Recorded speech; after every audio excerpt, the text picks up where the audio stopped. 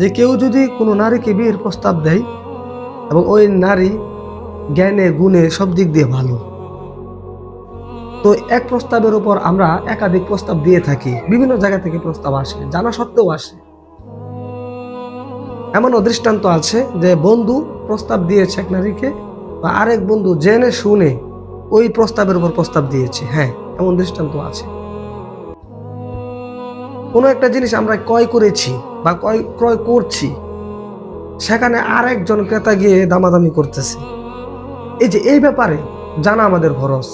রাসূলুল্লাহ সাল্লাল্লাহু আলাইহি ওয়াসাল্লাম বা ইসলাম শরিয়াহ এইখানে কি নির্দেশনা দিয়েছেন, কি আদেশ করেছেন, এগুলা জানা আমাদের জন্য ফরজ। প্রিয় ভাই, খুব খেয়াল করে শুনবেন। রাসূলুল্লাহ সাল্লাল্লাহু আলাইহি ওয়াসাল্লাম ইরশাদ করেন যে তোমাদের কোনো ভাই যখন কোনো নারীকে প্রস্তাব দেয়, তো প্রস্তাব ভেঙে যাওয়ার আগ পর্যন্ত বা বিবাহ হওয়ার আগ পর্যন্ত, ভেঙে যাওয়ার আগ পর্যন্ত ওই প্রস্তাবের উপর প্রস্তাব দেওয়া যাবে না, নিষেধ, সম্পূর্ণ নিষেধ।